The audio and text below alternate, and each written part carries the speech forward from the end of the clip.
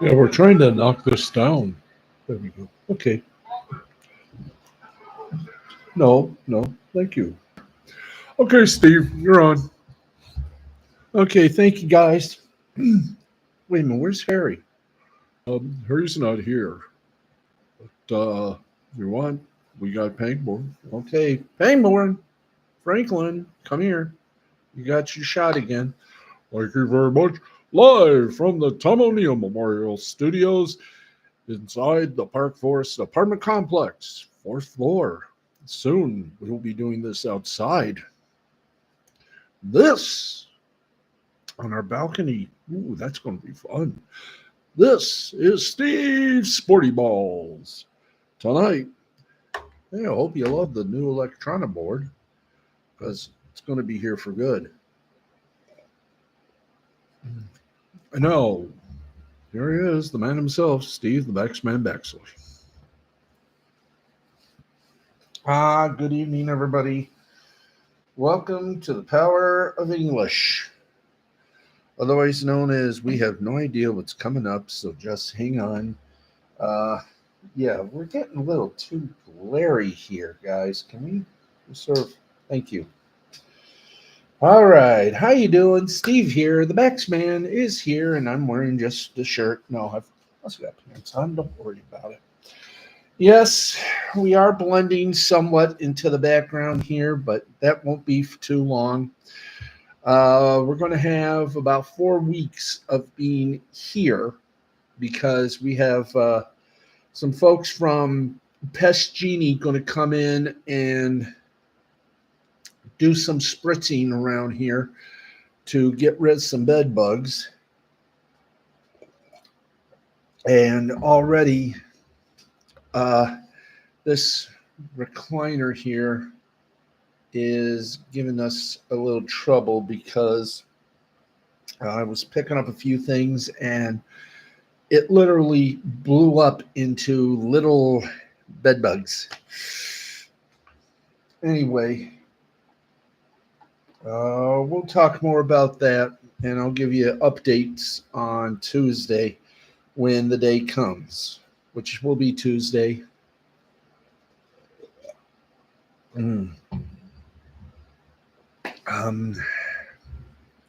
Things are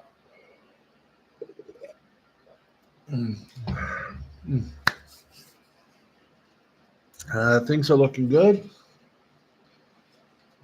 We have our board, and we got our updatable thing we love to call our teleprompter.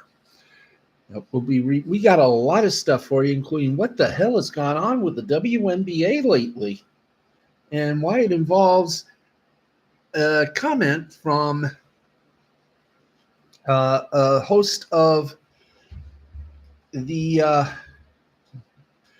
Wishing It Were Destroyed, The View. And when you hear Sonny Hostin is a complete and utter idiot. No offense, ladies, but what she said about Caitlin Clark is the reason the Chicago Sky get the Fickle Finger of Fate Award. Excuse me.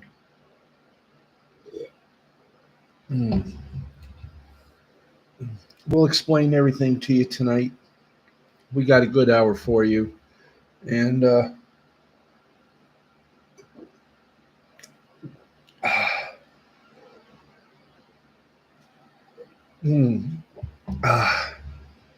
little green tea and lemonade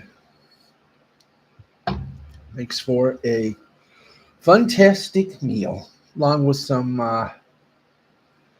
ramen noodle soup. So I'm all ready for everything tonight. Our producer, of course, is the amazing one, the wizard himself, Matthew Nichols.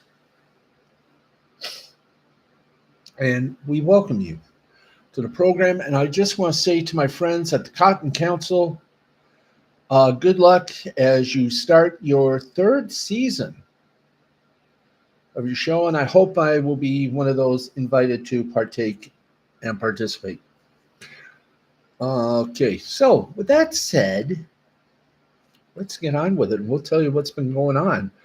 We have been looking at we've been doing some tests of some electronic boards because we want to get our show something new, something wild, something unheard of, and we finally did. We love it. We got a drone shot of Jackson, Michigan, downtown Jackson. That's what we needed, I guess. We needed a picture of the home base, so we got it, and it looks good. It looks good. We love it. So creative and promotion have blessed us. Anyway, let's get to it. Let's talk about the cheapest shot of all, and that was what occurred Saturday afternoon. And it all started with some comments from Sonny Hostin of, I'm not even going to call it The View. It's going to just be called the one-sided opinion. But, well, she made her known that Caitlin Clark was only given the WNBA because she's white. It wasn't because of her basketball playing finesse. It wasn't because that she came very close from winning an NCAA title for Iowa. No, it's because she's privileged and white. And that enraged a Chicago Sky player to the point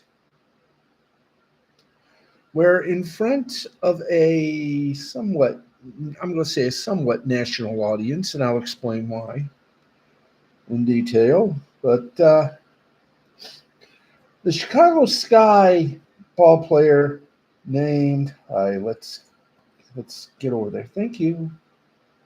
We got a lot of sports to cover for you tonight. Maybe a little karaoke to soothe our frail nerves here shall be done. Come on. Come on. Oh, don't do this to me now. Please don't do this to me now. Because I hate when this thing goes like this. That means that we have to chat for a bit, which I find interesting to do. We do. Ah, finally. And here we go. It's slowly coming up. We'll give you all the scores that we can, including some minor league stuff. So here we go with the first story about Caitlin Clark. Some comments made by Sonny Hostin, and one of the Chicago Sky players during activity tonight. Wait, come on. Oh boy, this is going to be a fun night, I can tell, folks. We may be going overtime. Okay, close app. Close app. Okay, close this app. Oh, Lord. Thank you. Let's get back now to this app. And let us try again to tell what happened. Now, Sonny Hostin is one of the blabbermouths from the show The View, which hasn't been the same since Barbara Walters died. It's now ugly, disgusting, and they love putting their foot in their mouths. Now, God forbid Sonny Hostin used to play basketball. But ever since she made comments about Caitlin Clark, there's been a hit on her. And today, that hit was seen nationwide on ESPN, the worldwide leader in sports. What happened? We're trying to get to it, but every time we do, we get somehow a little fredizzle. So here we go.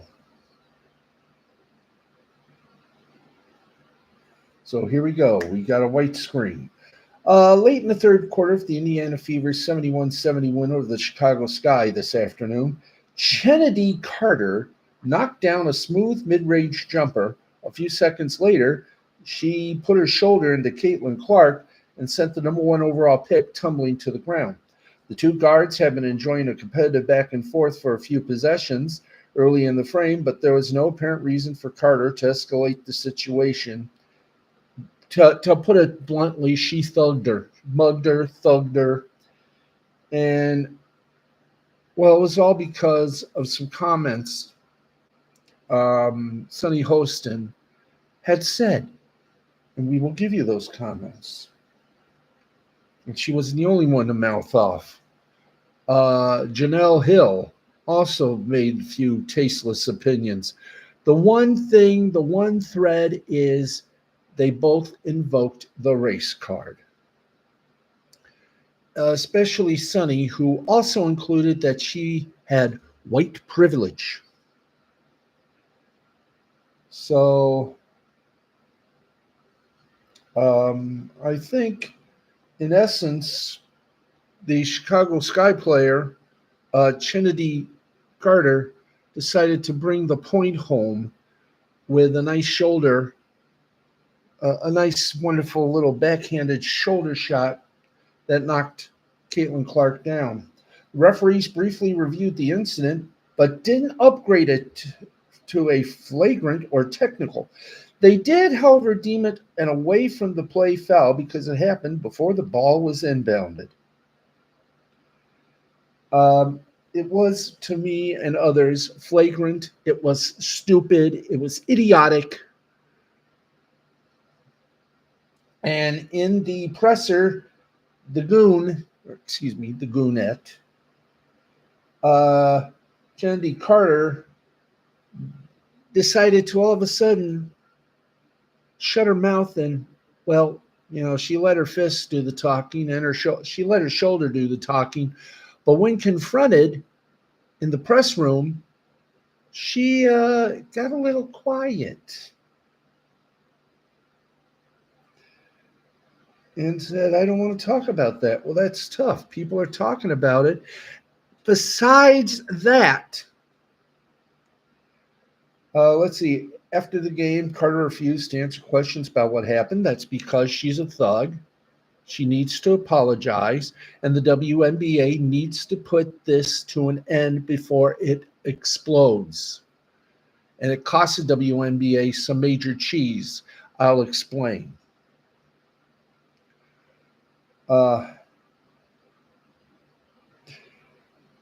Matthew Byrne was the reporter.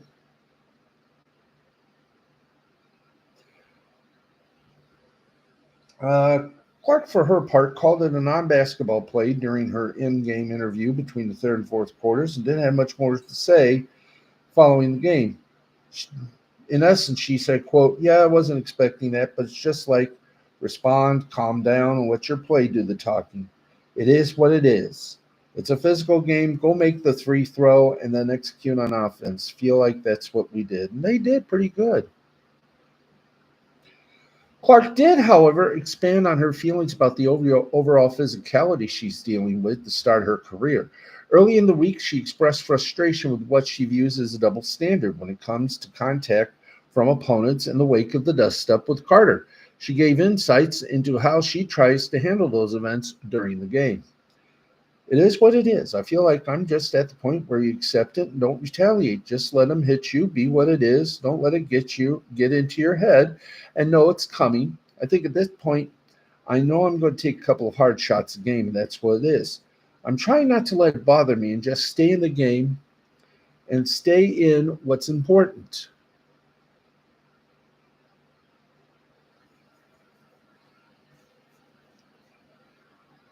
Because usually it's the second person that gets caught. If you retaliate or something, I'm just trying to stay in the game and focus on my team and focus on what's important. Fever head coach Christy Sides called Carter's foul unacceptable on social media and said that something has to be done. Clark finished with 11 points, 8 rebounds, and 6 assists as the Fever improved to 2-8 on the season.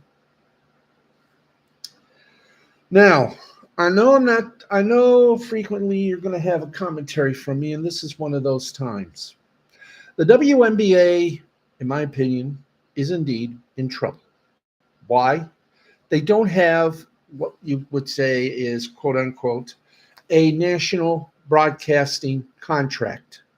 Negotiations right now are going on to put the WNBA on either ABC, CBS, NBC, or even Fox. But now, with this and with Kennedy Carter, this may be a little bit of trouble. Why trouble? Why, dear friends? Why is there trouble? Well, I will tell you why there be trouble right here in River City. It is because the WNBA needs to have a national audience. Right now, their games are on a couple of, well, for one of a truthful word, uh, digital networks. The Ion Network, owned by EW Scripps, which if you've seen their stocks lately.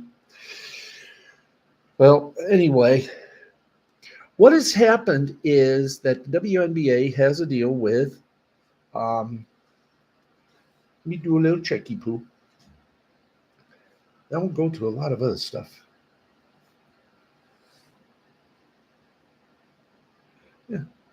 WNBA broadcast contracts 2024.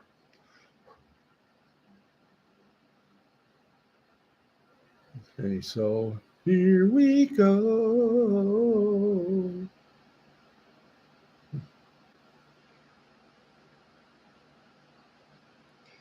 Okay, here we go. The WNBA currently earns about $60 million annually from its TV and streaming deals with Disney, Amazon Prime Video, and several other companies.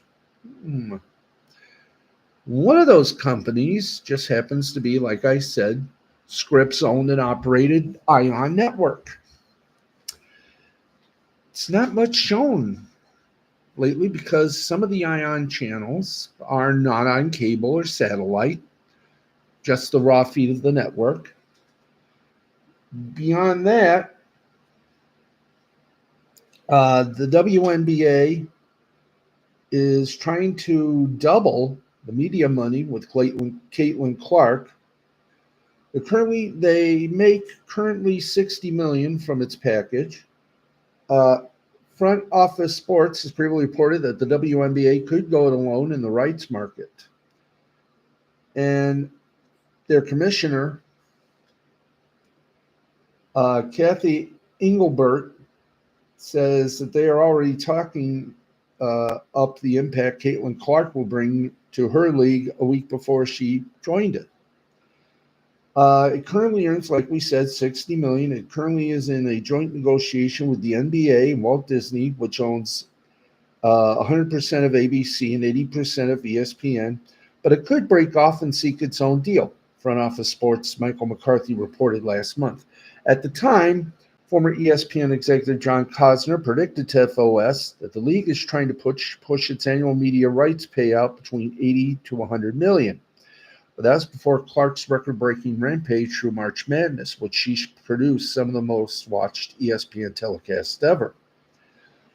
So what's going to happen? Because not only do they have a contract with ESPN, they've also got a deal, if I'm not mistaken, with CBS Sports Network. And as I said earlier, Ion, the Ion Network, used to be, well, Lowell, what's his name's infomercial network. But they're looking for something big.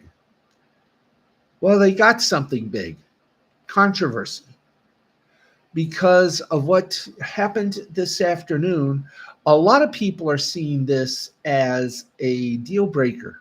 If they want to really get a broadcasting deal, they got to make sure none of this happens because, like it or not, Caitlyn is the woman.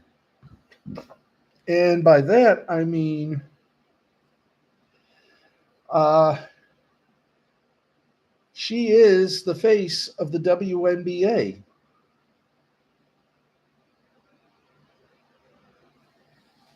And a lot of people, at least some of the players, like the Chicago Sky player, really don't like it because that is bringing, uh, well, they're listening to some bad people like Holston, and some of the folks at The View. I don't even think she's been at any of the WNBA games.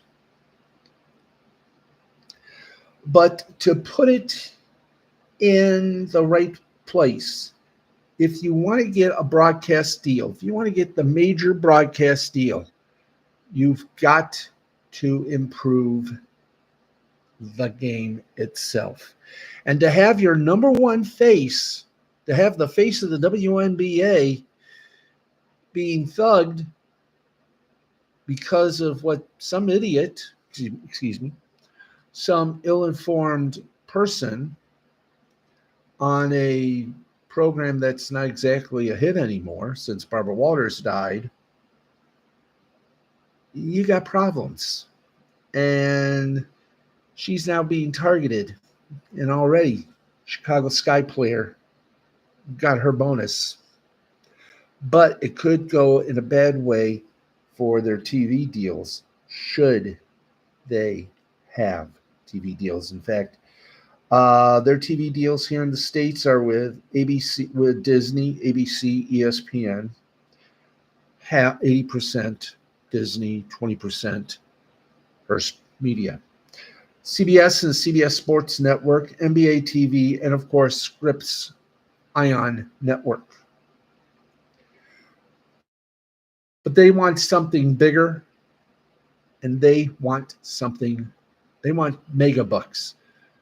But after what we witnessed, and everybody witnessed, and are talking about, and the commissioner is not doing a damn thing about it, something tells me that there's going to be a little discussion, and with that discussion comes one thing.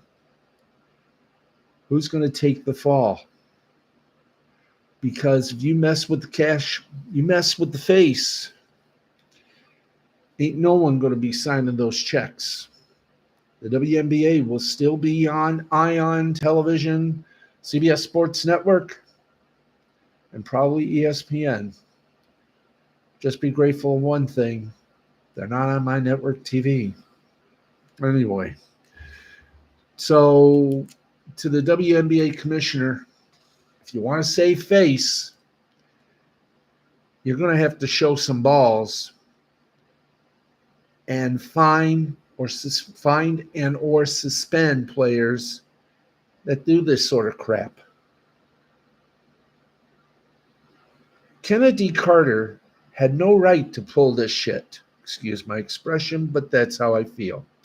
So what are you going to do? Continue to turn your back as if nothing happened? Because you know it happened. And the head coach of the Indiana Fever, they're going to keep sending the replays to the WNBA headquarters. And you're going to have to make one big decision.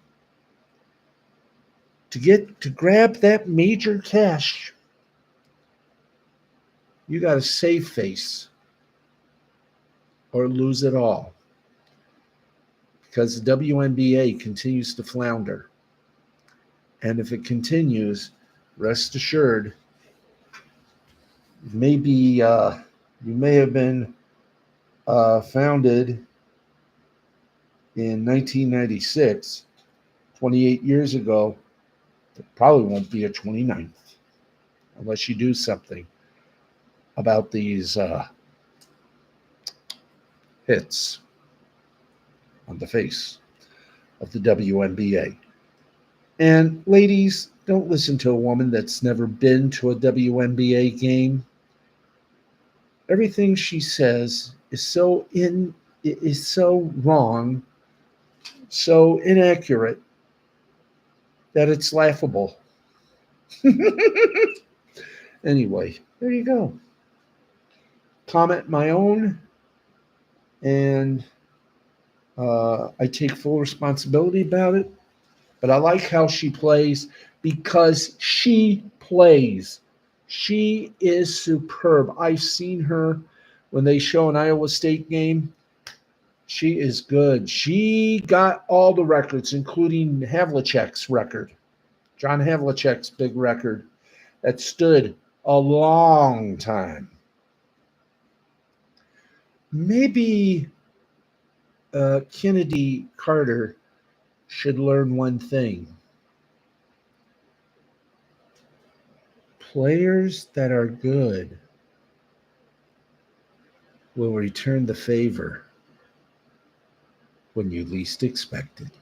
And Caitlin is a good player. And her way of reaping revenge is simple: by playing even more better than her opponents. So watch out, Chicago Sky. You got the fever, but instead, the fever has you. Okay, let's get to some more news, and we are at the almost halfway point. Islam Makhachev and Dustin Poirier have everything to fight for at UFC 302. Makhachev looks to solidify his case as the best in sport, while Poirier looks to check the final box of his storied career. It all goes down tonight at the Prudential Center in Newark, New Jersey.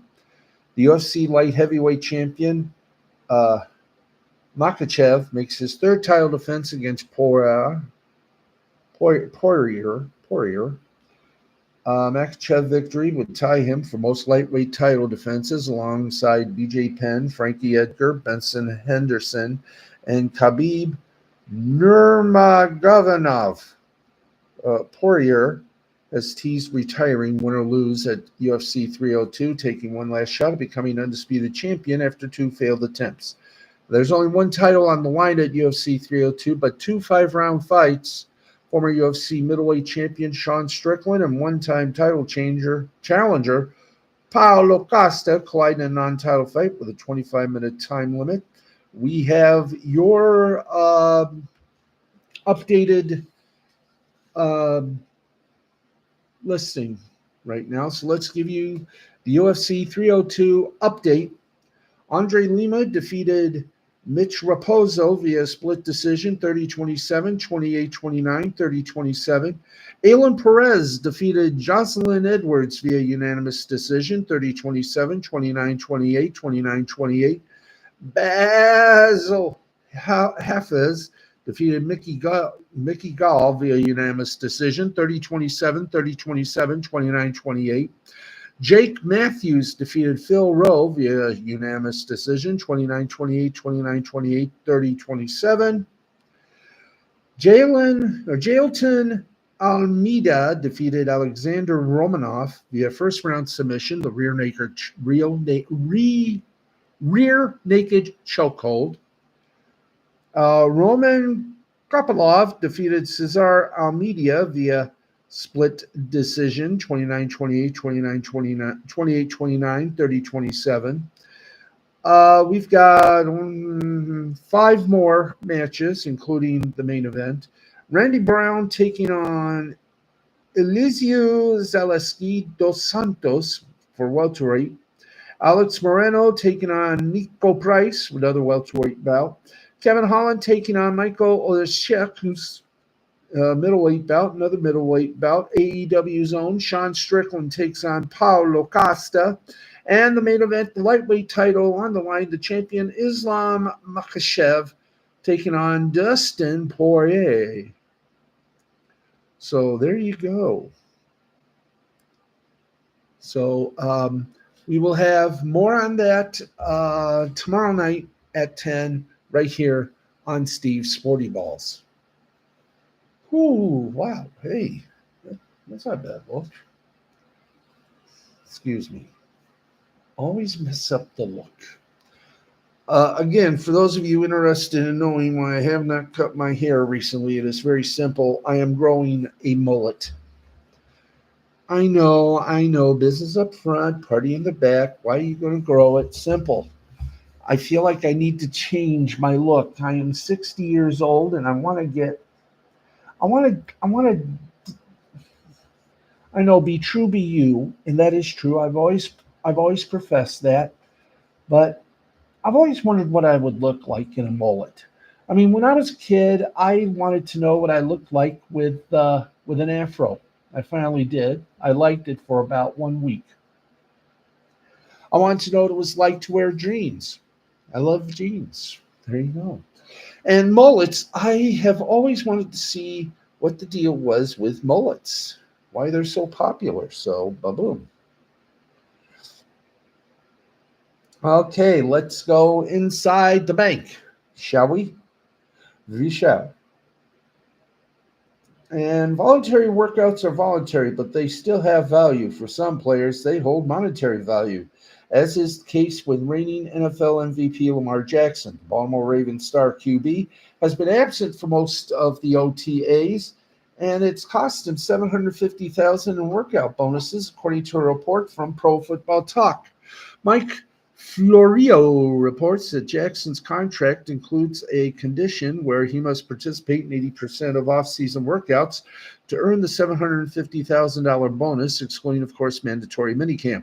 He has reportedly already missed too many sessions. However, after signing a $260 million deal last April, Jackson will probably be okay. This past season, Jackson became the 11th player in NFL history to win multiple MVPs and the first Heisman Trophy winner to win two NFL MVPs. He completed a career high 67.2% of his passes for a career high 3,678 yards, 24 touchdowns, 7 interceptions, rushed for 821 yards and 5 touchdowns, were averaging a league leading 5.5 yards per rush. Wow. Jackson has been slimming down in preparation for this coming season. According to The Athletic, the star signal caller is down to 205 pounds, which is 25 pounds down from his 2022 weight and 10 pounds less than what he weighed last year. It's possible this could be the lightest, quickest, most explosive Jackson we've ever seen. And yes, wow, 750K he's forfeiting. The man's an idiot. Play, dude, play. Speaking of which, in college football, Neon Dion, his son, has made the headlines.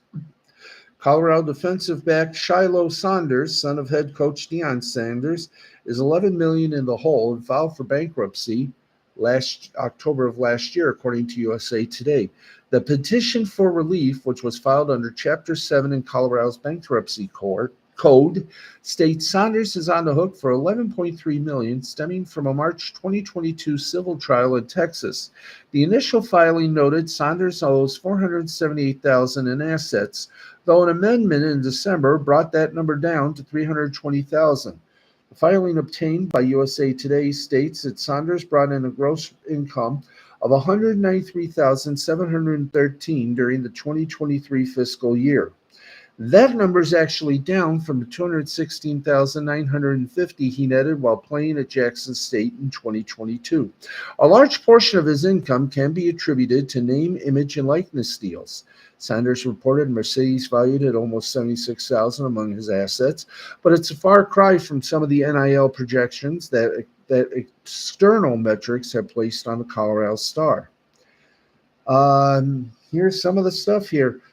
John Darjean, a former security guard at AAA Academy in Dallas, Texas, filed a lawsuit against Sanders and his family In June 2016, the suit alleges that in 2015, Sanders, who was 15 at the time, assaulted Darjean after Sanders refused Darjean's request to turn over his cell phone. Court documents obtained by Westwood claims Sanders slammed his elbow into Darjean's chest and continued to hit Darjean after he fell. Darjean was taken to the hospital in an ambulance. Darjean alleges he sustained severe and permanent injuries, including a broken neck, damage to his cervical spine, permanent neurological injuries, and irreversible incontinence. Sanders' parents were included in the suit, but eventually was dropped after winning a summary judgment against Darjean in January 2019, according to USA Today. In 2020, Sanders' attorney asked to withdraw from the case when it became clear the client, who was a redshirt freshman at Southern Carolina, could no longer financially afford their services. Trial dates were constantly delayed until 2022, and the court decided to convene and hear Darjean's case. Now, according to USA Today, the Dallas County-based court attached to Sanders' trial noted that it had, quote, no updated mailing address for defendant Shiloh Sanders, end quote. It attempted to send notice to Sanders in February 2022 of a trial date set for March, though it had used an address listed in South Carolina where he hadn't resided on a permanent basis since 2020. Sanders did not attend the trial since he didn't receive notice, and no attorneys were present to represent him. As a result, the court entered a default judgment in March 2022 in favor of Darjean, ordering Sanders to pay $11.89 million. Now, why did Sanders file for bankruptcy? Why did Sanders' son file for bankruptcy? Oh, wow, you asked a very good question. As a petition for relief might suggest, Sanders filed for bankruptcy in an attempt to get his debt either partially or entirely discharged. In addition, Sanders was granted a stay on his payment until Colorado's bankruptcy court can enter a final decision.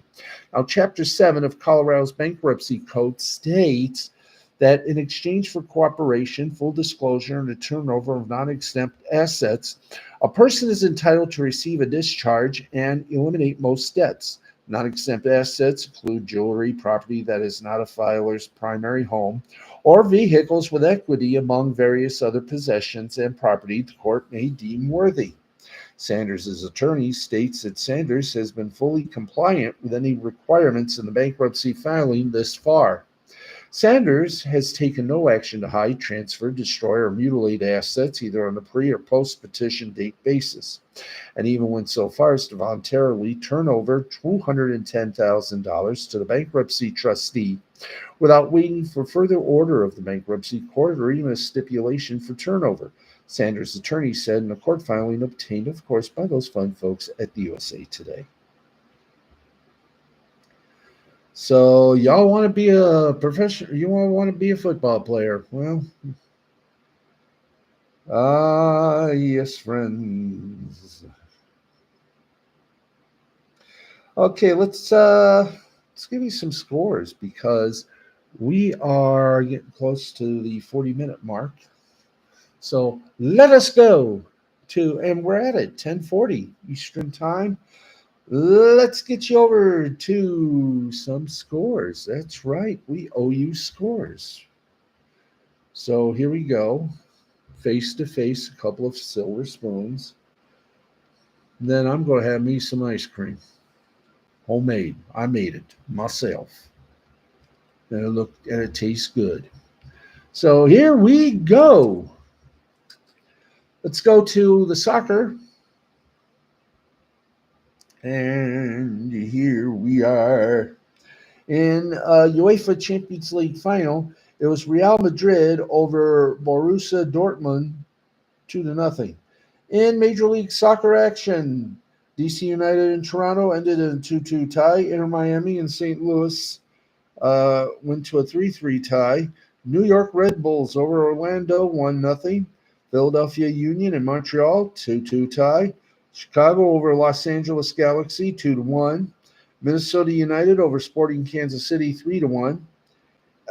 In the 90th minute, with additional 12 minutes of injury time to play, New England leads Nashville 2-1. At the half, Real Salt Lake leads Austin 4-0. Games that are still to take place. Let's see. Real Salt Lake leads Austin 4-0. You got let's see, other games that have just started. Los Angeles Football Club and Football Club Dallas, Portland and Houston, Vancouver and Colorado. They have just started. And that's very good, don't you think? Yes, sir. All righty, I think. Yeah, let's do the CONCACAF Champions Cup, the Champions Cup final. They're in the half. Pachuca leads the Columbus Crew 2-0. That's 2-0, folks. That's a wild game, gotta admit. Anyway, let's go from football to the game of ice hockey. In the Stanley Cup playoffs, in the third period, Florida leads the New York Rangers by a score of 2-0. In the American Hockey League, the Hershey Bears beat in overtime the Cleveland Monsters 3-2. It is so correct. 3-2. And let's give you the scores from baseball before we give you a little bit of a listen in to one of the games that are still being played today. And we're going to extend our listen in. It is 43 minutes past the hour of 10 o'clock Eastern Time. Let's take you to the ballpark and tell you. Oh, by the way, take you first to round 3 of the RBC Canadian Open. Robert McIntyre leads with 14 under. We have a three-way tie for second between Ben Griffin, Mackenzie Hughes, and Ryan Fox, all at 10 under, while we have a tie for fifth with Tommy Fleetwood at 9 under. Let's go to Major League Baseball. Some games still going on. In fact, 3 games. Let's give you an update on all of them. Bottom of the first, Reds Cubs. They're tied at 0. Top of the third, the Yankees over the Giants 3-0. Bottom of the second, Dodgers 2, Rockies 1. Final scores: Pirates beat the Blue Jays 8-1. Orioles over the Rays 9-5. Guardians over the Nationals 3-2. Diamondbacks beat the Mets by half a score, 10-5. Astros over the Twins 5-2. Red Sox over the Tigers 6-3. Padres over the Royals 7-3. Final in 10 innings was the Brewers over the White Sox 4-3. That is their 10th loss. The White Sox, they're really not playing well. The Athletics smartened the Braves up 11-9. Rangers over the Marlins 7-0. Mariners over the Angels 9-0. And the Phillies beat the Cardinals 6-1. Yazoo. By the way, the Rangers-Panthers game, that is game 6 and of the Eastern Conference. I'm trying to see. Oh, yes, it is tied. No, the Panthers lead 3-2. So there you go. Third period, minute 39 left to play. Panthers look like they are about to cook the Rangers, which means it'll be the Panthers taking on, unless I miss my guess, the Edmonton Oilers. So in the Stanley Cup Finals, there will be a Canadian team in it. Let's just hope they can win it for Rogers' sake, because I think they've got one more year left on the 12-year deal, and I mean they put a lot of money on the line in those 12 years. Contract ends, I think, next season, 2025. Good luck to whomever bids. So, those are scores. Let's do us some media poaching, sports media, if we can. Yes, we should. Yes, we can. Yes, we can. Okay.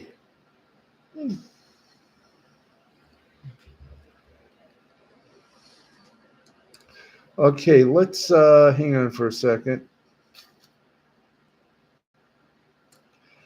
Let's give you a little report here. On July 20th, AEW will begin a run of 5 shows at the Esports Stadium in Arlington, Texas. The residency will also see Ring of Honor's Death Before Dishonor take place inside the stadium, which holds 2,500 fans.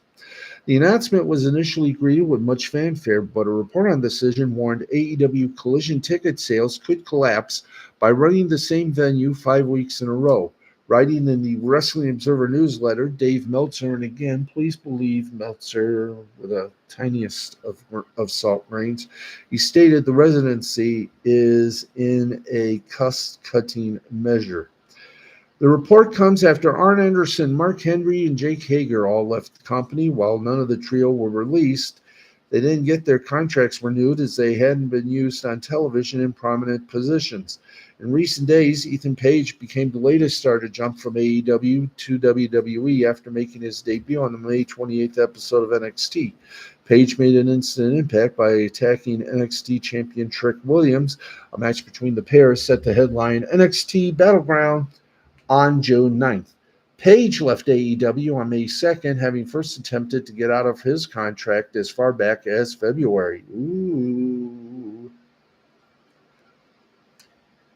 So there we go. Okay. Let's get you a little more of an update.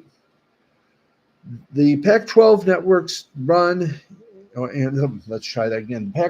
The Pac-12 network's time is almost up, with the Pac-12 conference planning to shut down 7 of its Pac-12 networks on or after June 28th of this year. This was confirmed by Spectrum, which has started to inform its customers of the change. This lines up with earlier announcements that layoffs at the network will continue through June 28th, according to the report, and include broadcast engineers, directors, and on-air host and senior producer, multiple senior-level roles. The final live broadcast of the network happened earlier this week.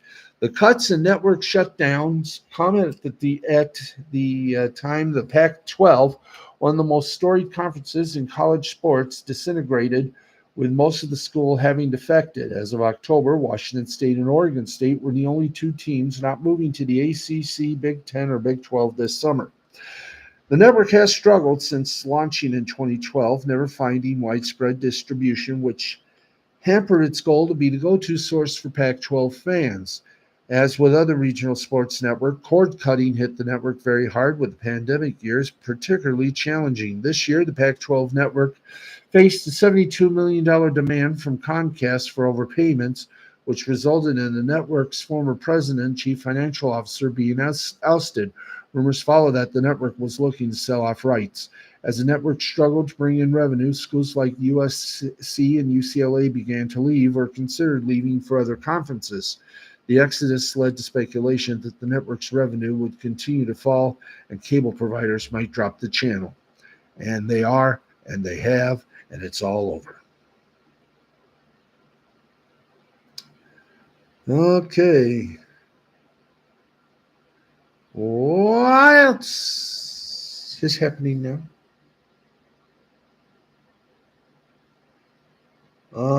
Let's do a little cook up here.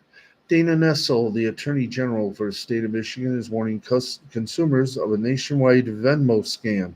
Scammers accidentally send money to consumers, then ask for the money back. Nessel advises consumers to never send the money in the first place. So there you go. That was from News Channel 3, otherwise known as News Channel 3.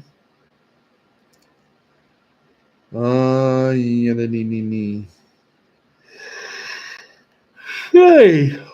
Okay, NCIS was dethroned as TV's most watched show for the first time in 5 years. Who dethroned them, you may ask? Tracker. That's right. NCIS loses its most watched show status for the first time in 5 years, with Tracker surpassing it in viewership. Now, despite being dethroned, NCIS will continue with season 22, showcasing the strength and consistency of the brand.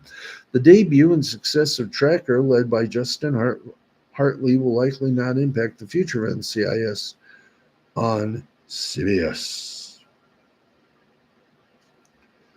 So we'll just have to wait and see what happens. The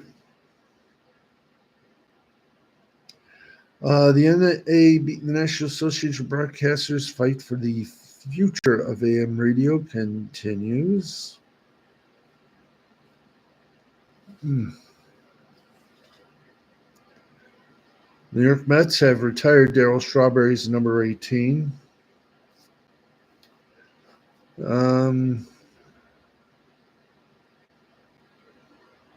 Ludwig Kaiser lost to a legendary four-time world champion after SmackDown went off the air Friday night. Let's see what we got here. Stephen King reacts to death of KingCast co-host Scott Wampler. Condolences to him. Let's see.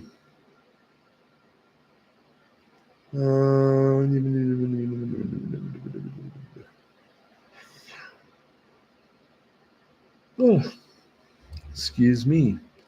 Ariana Grace describes WWE star as breath of fresh air in NXT's locker room. I wonder who that is, don't we all?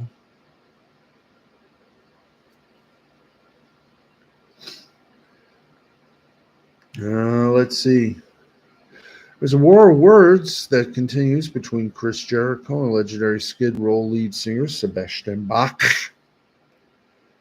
Let's get you the AEW Collision report. The matches taking place: Will Ospreay and Kyle O'Reilly in the AEW International title. Claudio Castagnoli versus Johnny TV. Daniel Garcia and Katsuyori Shibata take on the Workhorsemen. And we will, of course, hear from FTR. So, let's go to it. Tony Schiavone brings in what he calls one of the greatest tag teams of all, FTR. They interview, and there you go.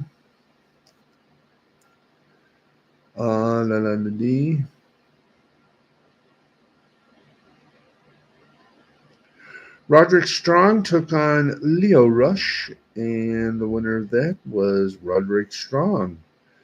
Kyle O'Reilly had a little backstage interview. Daniel Garcia and Katsuyori Shibata versus the Workhorsemen. Garcia and Shibata won that one via pinfall.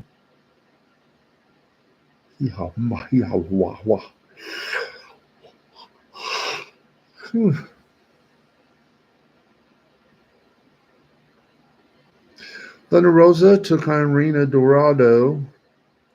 Thunder Rosa won that.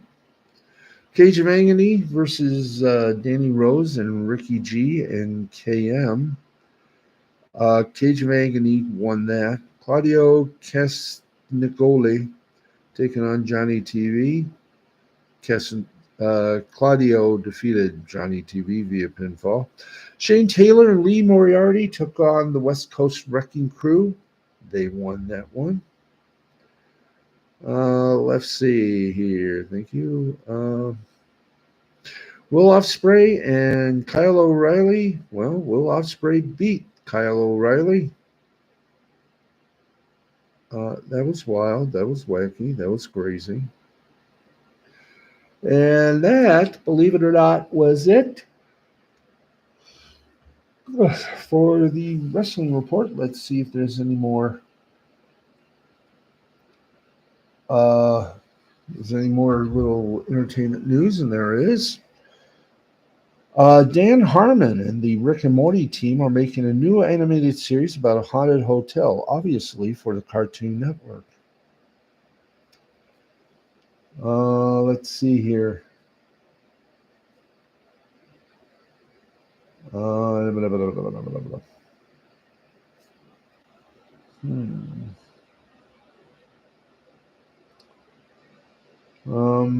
else have we got here?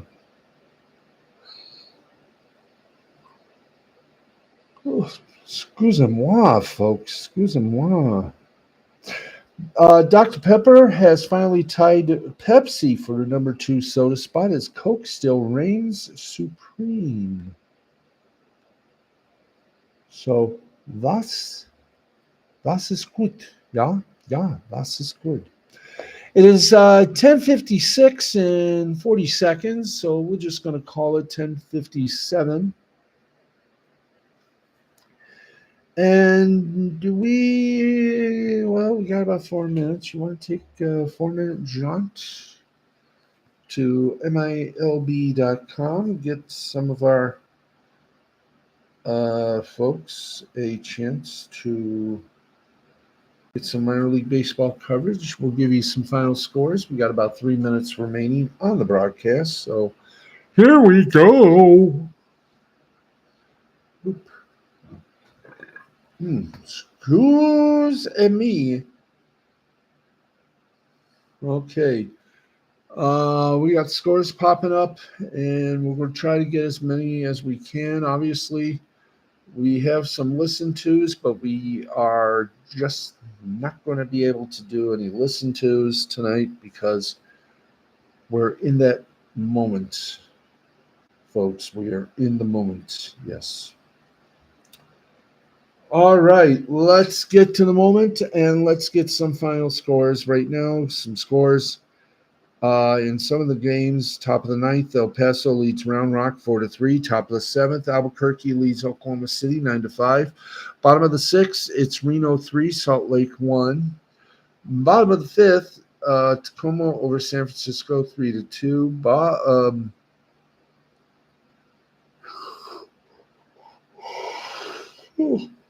Excusez-moi.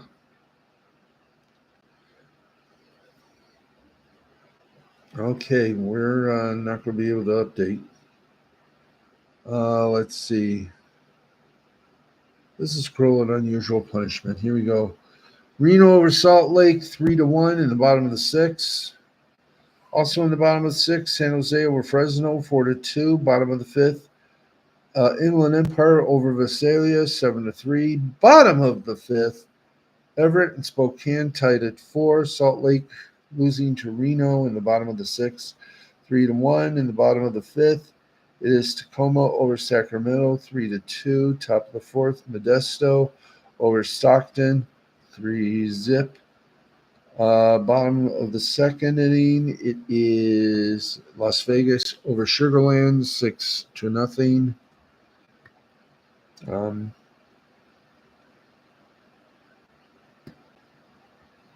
Okay. There we are. We got about a minute left. So, that's just some of the scoring, some of the stories we got for you tonight. We are closing in on time here, so we want to thank you all for tuning in. For my producer, director, and all-around bon vivant great guy, Mr. Matthew. Mr. Matthew, the Wizard Nichols. Jay the Brain Man, assistant producer, director. And yours truly, Steve, the Backsman Baxley. That's it for us. Thank you all very much for joining us. And we look forward to seeing you all again tomorrow night at 10 o'clock. Till then, be good to one another. And remember, be kind. Thank you. That's it for us. This has been a presentation of Mystifying Creativity Productions, a division of the L2C Media Group, and in association with the L2C Media. I should start that again. This has been a presentation of Mystifying Creativity Productions in association with the L2C Media Network. We will talk to you tomorrow night, hopefully with better thoughts. Till then, have a great night and a great rest of the weekend. Bye, everybody. Good night.